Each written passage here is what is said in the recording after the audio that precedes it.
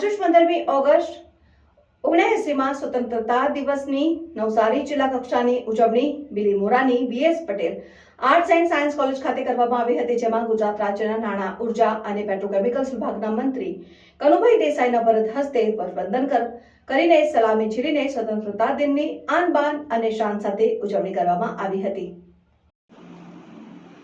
જેમાં ગુજરાત રાજ્યના નાણાં, ઉર્જા અને પેટ્રોકેમિકલ્સ વિભાગના મંત્રી કનુભાઈ દેસાઈના વરદ હસ્તે ધ્વજવંદન કરીને પરેડને સલામી ઝીલીને સ્વતંત્રતા દિનની ઉજવણી આન બાન અને શાન સાથે કરવામાં આવી હતી। આ અવસરે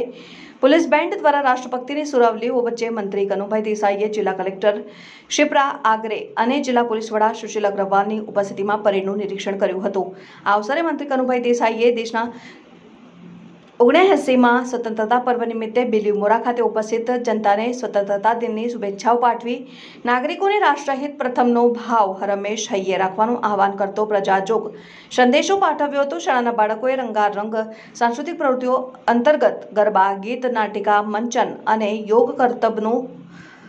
નિદર્શન અને પ્રસ્તુતિ રજૂ કરી હતી અને નવસારી જિલ્લામાં વર્ષ દરમિયાન પ્રશંસનીય અને મહત્વપૂર્ણ કામગીરી કરનાર કર્મચારીઓ, અધિકારીઓ તથા નાગરિકોનું મંત્રી અને મહાનુભાવોના હસ્તે